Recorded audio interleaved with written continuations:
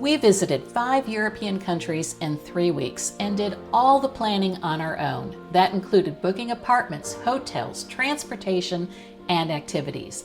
In total, we flew 10,060 miles. We rented a car and drove 930 miles, took a train for 121 miles, and a bus for 13. We walked, boy did we walk, a total of 110 miles, and we did 236 flights of stairs over the course of 3 weeks. If we can do it, so can you. I spent a lot of time researching places to visit, modes of transport, and read review upon review of hotels and apartments before actually booking our trip. I like to plan and organize, and I'm very particular on what I like and need.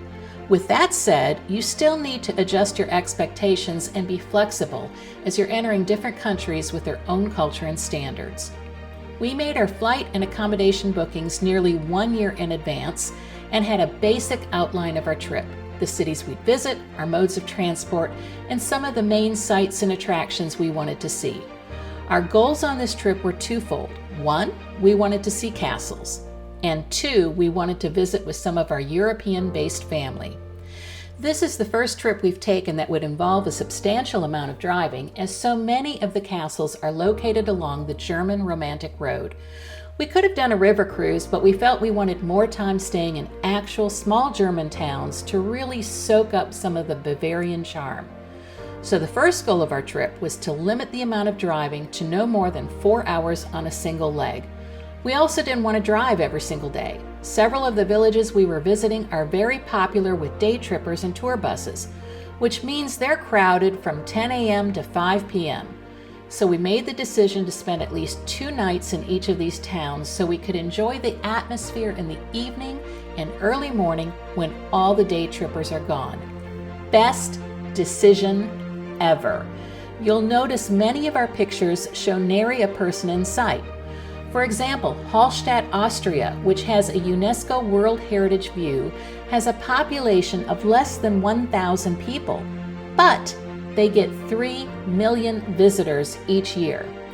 In addition to some of the tourist hotspots we visited, we also tried to find some authentic German villages that were relatively untouched by world wars.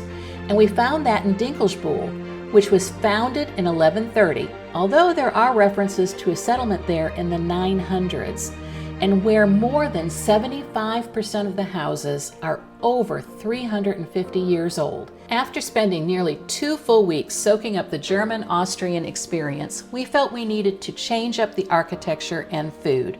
We added Luxembourg City to our itinerary, and while we did some basic research on the area, we really didn't fully know what to expect, as it's really not a big travel hotspot. Well, I can say that we were very pleasantly surprised. First, the French influences are strong. The architecture and food, think pastries, were stunning. And here's the best thing, it doesn't get tons of tour buses. The city itself is difficult for large buses to navigate due to the switchbacks. Another city that really surprised us was Brussels. It had the energy of New York City, but with fantastic architecture, a vibrant nightlife, and food, food, food. I'll be following up with videos on various aspects of our trip, where we stayed, the hotel and apartment reviews, what driving was like, and some highlights on each of the places we visited, plus anything we would have done differently. So subscribe and follow along if you're interested in booking and planning your own trip.